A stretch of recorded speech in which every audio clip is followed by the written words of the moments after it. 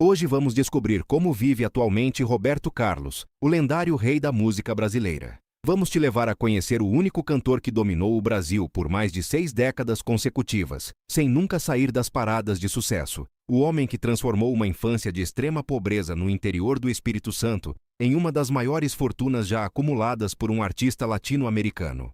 A história do homem que chegou a ter mansões em 3 continentes, iate particular no Mediterrâneo e uma coleção de automóveis que fazia engenheiros de Milão salivarem. Ao terminar de assistir esse passeio pela vida e obra dessa lenda brasileira, você vai entender por que Roberto Carlos é muito mais do que um cantor. É um fenômeno cultural sem precedentes. Vamos começar. Roberto Carlos Braga nasceu em 19 de abril de 1941, em Cachoeiro de Itapemirim, uma cidade pequena do interior do Espírito Santo. Era o filho de Laura e Roberto Braga, uma família humilde que vivia com o mínimo indispensável. A cidade era conhecida por suas pedras de mármore e pelo rio Itapemirim, que cortava o centro urbano, mas não era conhecida por gerar estrelas musicais. Quando Roberto tinha 7 anos de idade, sua família sofreu um golpe que poderia ter destruído qualquer criança. Ele caiu na linha do trem enquanto brincava próximo aos trilhos no pátio da estação ferroviária da cidade. As rodas do trem passaram sobre sua perna direita e ela teve que ser amputada abaixo do joelho. O menino sobreviveu, mas ficaria para sempre com uma prótese no lugar da perna perdida. Em vez de deixá-lo paralisado pelo trauma, o acidente parece ter feito o contrário. Roberto canalizou toda a cinda energia de uma infância difícil para uma coisa que descobriu que podia fazer melhor do que qualquer colega: cantar. Tinha uma voz naturalmente afinada, um senso de ritmo que parecia instintivo e uma capacidade de interpretar canções com emoção genuína que ia além da técnica. Era talento bruto, o tipo que raramente aparece mais de uma vez por geração. Em 1957, com apenas 16 anos, Roberto deixou o Cachoeiro de Itapemirim e foi para o Rio de Janeiro tentar a vida. Chegou sem dinheiro, sem contatos e sem um plano claro. Dormia na casa de amigos, comia o que aparecia e passava os dias batendo em portas de gravadoras e estações de rádio. Ninguém dava chance ao garoto magro do interior com uma prótese na perna. Mas Roberto Carlos tinha algo que os executivos da música levavam tempo para enxergar. Uma presença que hipnotizava qualquer pessoa que estivesse na sala com ele.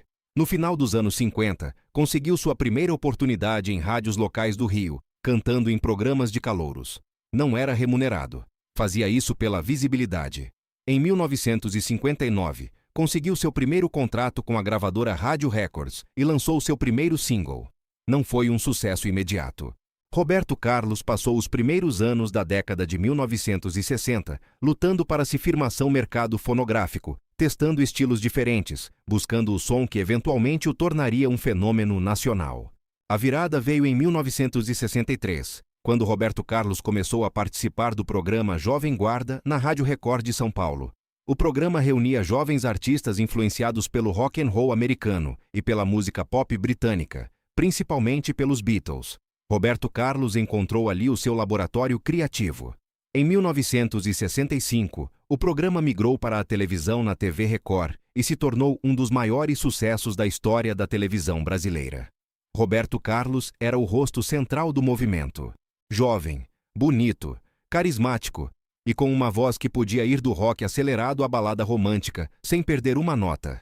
As músicas que gravou nesse período, Splish Splash, Calhambeque, Quero que vá tudo pro inferno, tornaram-se hits instantâneos que tocavam em todas as rádios do país simultaneamente.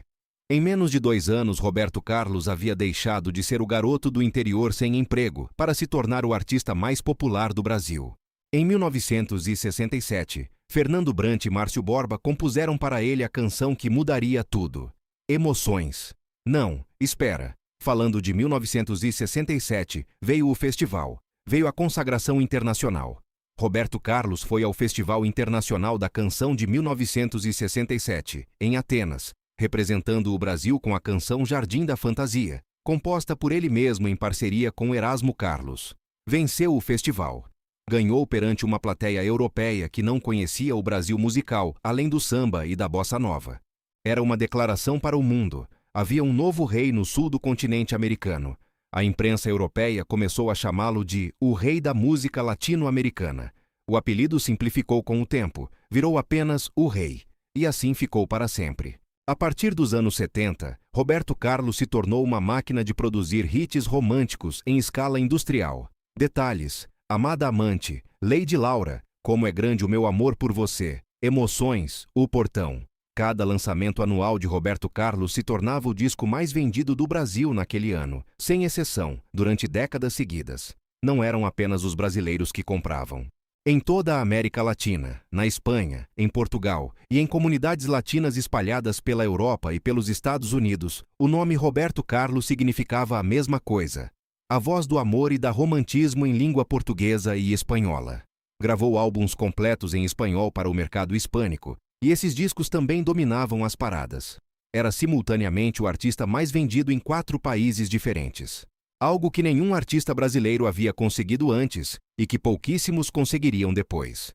Com toda essa riqueza acumulada ao longo de décadas, Roberto Carlos investiu de maneira consistente em um estilo de vida que refletia exatamente o que o título de rei prometia. E foi com esse dinheiro que construiu um patrimônio que deixou o Brasil de boca aberta por décadas. Vamos falar de onde esse dinheiro veio e como foi investido, porque os números são simplesmente extraordinários. Durante os anos 70 e 80, cada álbum anual de Roberto Carlos vendia entre 1 e 2 milhões de cópias no Brasil. Em um mercado onde um disco de ouro representava 100 mil cópias vendidas, Roberto Carlos lançava discos de platina com a regularidade de quem respira.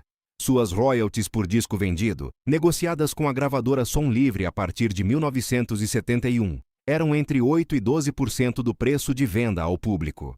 Com um álbum custando em média 15 cruzeiros no início dos anos 70 e com 1,5 milhão de cópias vendidas por lançamento, seus rendimentos brutos por álbum ficavam entre 1,8 e 2,7 milhões de cruzeiros anuais, apenas em royalties fonográficos. Se ajustarmos esses valores pela inflação acumulada desde os anos 70, estamos falando de rendimentos equivalentes a entre 25 e 40 milhões de reais atuais por álbum lançado. E ele lançava um álbum por ano, sem falta, durante mais de 40 anos consecutivos. Seus shows eram outro universo financeiro à parte. Nos anos 80, o cachê de Roberto Carlos para um show em arena ou estádio chegava a 5 milhões de cruzeiros por apresentação. Fazia entre 60 e 80 shows por ano no Brasil e mais 20 a 30 shows internacionais, especialmente na América Latina e na Espanha. Seu especial de fim de ano na TV Globo, que virou tradição nacional, tinha um contrato de exclusividade que a emissora renovava anualmente, por valores que, segundo fontes da época, chegaram a 20 milhões de reais nos anos 2000. O especial era o programa de maior audiência do Brasil em quase todos os anos em que foi exibido, competindo de igual para igual com jogos da Copa do Mundo. Somando todas as fontes de renda ao longo de sua carreira ativa de mais de 6 décadas, economistas especializados em mercado fonográfico estimam que Roberto Carlos acumulou uma fortuna total equivalente a aproximadamente 500 milhões de reais, considerando os valores atuais ajustados pela inflação.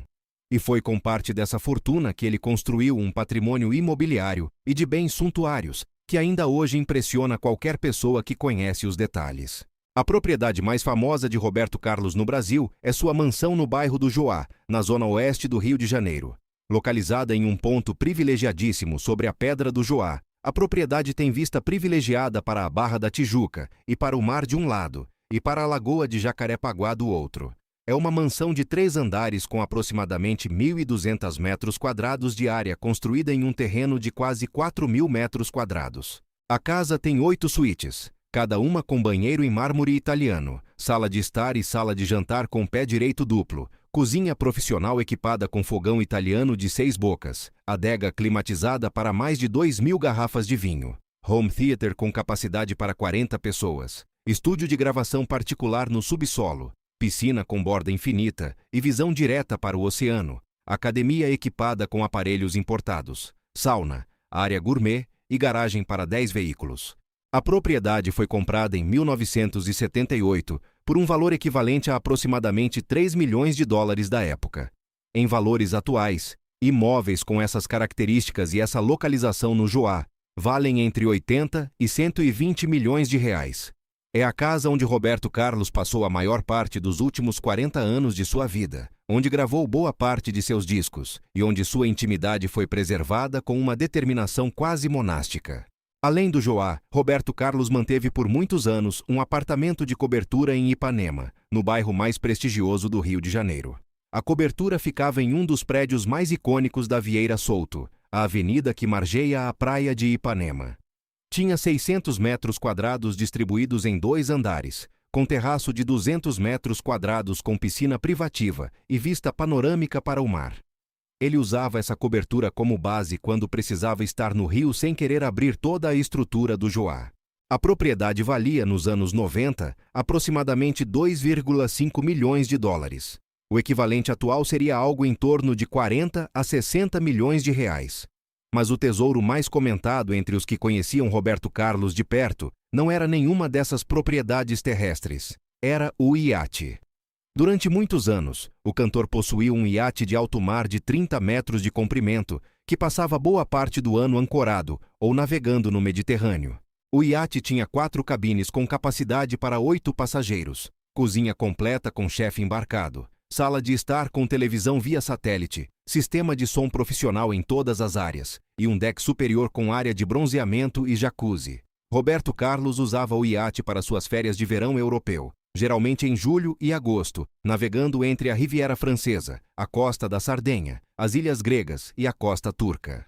O custo inicial de aquisição desse iate, nos anos 90, foi estimado pela imprensa especializada em aproximadamente 3 milhões de dólares. A manutenção anual de um iate dessas dimensões, incluindo a equipe de marinheiros, combustível, reparos e atracação nos melhores marinas europeus, gira em torno de 500 mil dólares por ano. Para Roberto Carlos, era um custo que cabia com folga no orçamento anual. As fotos dele navegando pelo Mediterrâneo com amigos e convidados eram umas das imagens mais comentadas nas revistas de fofoca e lifestyle brasileiro. Os automóveis de Roberto Carlos formavam uma coleção que poucos brasileiros poderiam imaginar. Ele tinha uma paixão declarada por carros esportivos europeus, e não escondia isso de ninguém. Seu Ferrari 308 GTS, o mesmo modelo imortalizado pela série americana Magnum PI, foi comprado em 1984, importado diretamente da Itália. Custou o equivalente a 600 mil dólares, considerando os absurdos impostos de importação do Brasil na época. Era vermelho, com interiores em couro bege, e Roberto Carlos o dirigia pessoalmente nas ruas do Joá nos fins de semana, quando queria descomprimir. Em 1991, adicionou à coleção um Porsche 911 Carrera Prata que importou da Alemanha. Custou o equivalente a 400 mil dólares na época. Além dos esportivos europeus, tinha uma Mercedes-Benz S-Class preta, que usava para compromissos formais, sempre conduzida por motorista particular trajado adequadamente. Havia ainda um Range Rover para as estradas menos gentis do interior, quando visitava sua família no Espírito Santo. O valor total acumulado de sua coleção de automóveis ao longo da vida foi estimado em aproximadamente 15 milhões de reais em valores atuais. Não era a maior coleção do Brasil, mas era talvez a mais comentada, porque Roberto Carlos a usava de verdade, não apenas como troféu. O guarda-roupa de Roberto Carlos era gerenciado com a mesma precisão que seus acordos contratuais. Suas roupas de palco eram todas custom-made, encomendadas a adaptadores de moda em Paris, Milão e São Paulo. Cada terno de palco, os famosos trajes escuros com lapelas elegantes que se tornaram parte de sua assinatura visual, custava entre 15 mil e 40.000 reais a unidade, nos valores dos anos 2000. Tinha mais de 200 trajes catalogados e preservados em um closet climatizado especial em sua mansão do Joá. Suas joias eram discretas, mas valiosas. Um relógio Patek Philippe, em ouro amarelo avaliado em 250 mil reais. Uma pulseira de ouro de 18 quilates com diamantes que usava em todos os shows, avaliada em 180 mil reais. E um anel de brilhante que ganhou de presente de um empresário paulistano nos anos 80 e que nunca tirou do dedo, avaliado em 120.000 reais. Em viagens internacionais, Roberto Carlos sempre se hospedava nos melhores hotéis do mundo. Em Paris, era o Ritz, ou o Le Meurice. Em Nova York, o Plaza, ou o Four Seasons. Em Madrid, o Hotel Vila Magna. Nunca pagava menos de 2 mil dólares a diária, e quando viajava com toda a equipe pessoal, a conta do hotel facilmente ultrapassava 20 mil dólares por noite. Viajava sempre em primeira classe, ou em aviões fretados quando o percurso era longo. Seus gastos de viagem anuais durante os anos de maior atividade internacional eram estimados em mais de R$ 2 milhões por ano.